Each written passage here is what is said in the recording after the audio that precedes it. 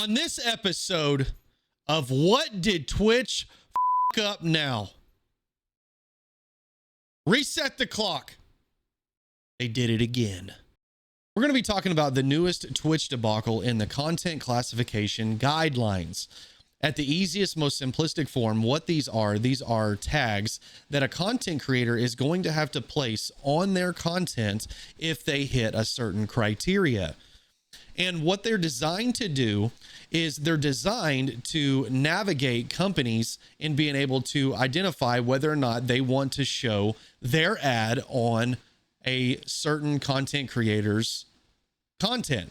Yet again, this is another one of those things that is a positive for Twitch profits, but negative for content creators. And I'm going to go through each one of these tags and we're going to talk about how they can potentially limit certain companies. But before we get into each one of those tags, I want to talk about the overarching picture that this is painting.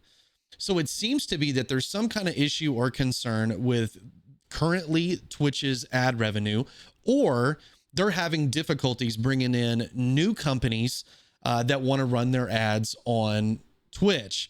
Now that makes some sense because there are some content creators that are more of a risk, and other companies probably don't want to have their ads played on certain types of streamers' content, which I can understand on some level.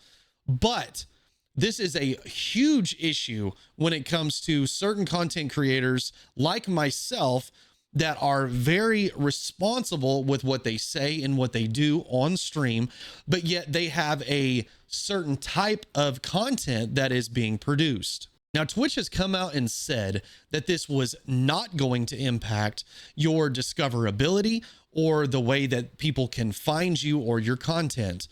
I have a very difficult time fully believing this. One, because the way that their transparency hasn't been great in the past. And on top of that, it might not today, but at some point in the future, it will. Now, the reason why this is so concerning is because this is another limiting factor in which way people can find your content. Lastly, before we get into the individual tags, I wanted to talk about how this is going to affect your ad revenue.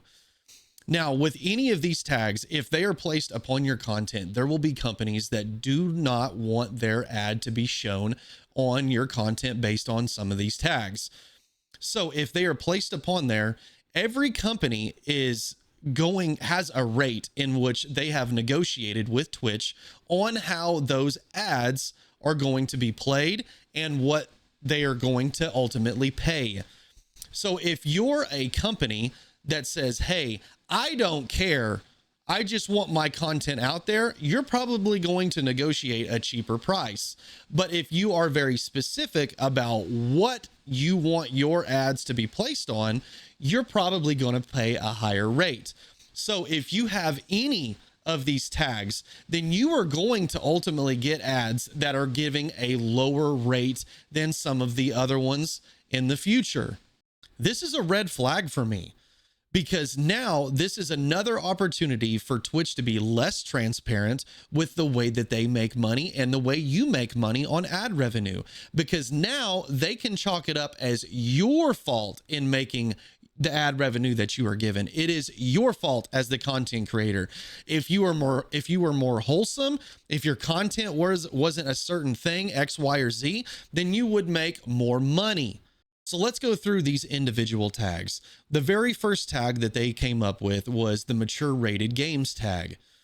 Now, it's pretty self-explanatory on that. If your game is M rated, you got to have this tag on there. Now, the second tag is sexual themes. Now, this one was very intriguing because when you read through the guidelines, it almost is all of the different things that are ban worthy. I mean, it's really intriguing to me why they even put majority of these things in here, because majority of these things they put in here is really against TOS if you look at it. And then the only thing that I can see that would be very specific is they have a guideline on there that talks about like sexual conversations. So if you have like a sex therapy podcast or on Twitch, or you do something like that live, and you're explaining or talking about sexually explicit content, but it's at a mature level, then that right there you would put that tag on there. That's the only one that I can see that would make any kind of sense. The third tag is drugs, intoxication, and excessive tobacco use. Now, everything that is laid out in this tag as well is almost ban worthy. So, and if any of these things actively take place in your stream, you could catch a ban for these. Now, this ultimately affects my stream because I have beer in my name, number one. And number two is that at the beginning of every one of my streams, I do beer reviews. So I will crack open a beer. I will show it off. I will talk about the beer. I'm not doing any of this stuff in excess, but I am streaming content of me talking about alcohol for a decent amount of my stream. So now I'm going to have this tag placed on my content for drinking a potential just one beer. The more I talk about it, the more I'm going to lose my damn mind. Sheesh. The fuck? The fourth tag is violent graphic depiction. Now, basically, yet again, it is another one of those things that almost everything in this is ban worthy. Now, the only thing that is an exception to that rule is if you're like doing some kind of artwork or you're showing some kind of artwork that has, you know, like crazy gore or something like that that's in it. The fifth tag is the gambling tag. If you gamble, you got to have it on there. Then the sixth tag is significant profanity or vulgar language. Fuck. I mean, the way that they label this one is so interesting. It's basically, they labeled it as if you curse in almost every one of your sentences, then you have to have this vulgar and profanity tag on there.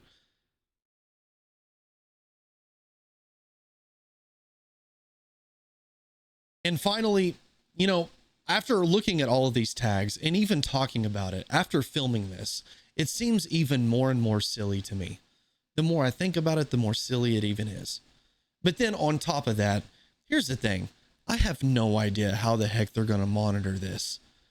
I mean, can anybody really be held accountable for any of this stuff? Like, when I look at these things, when I look at these tags, I find it to be extremely difficult to how the heck they're going to monitor this. So, I mean, am I going to put any of these tags on my content? Absolutely not.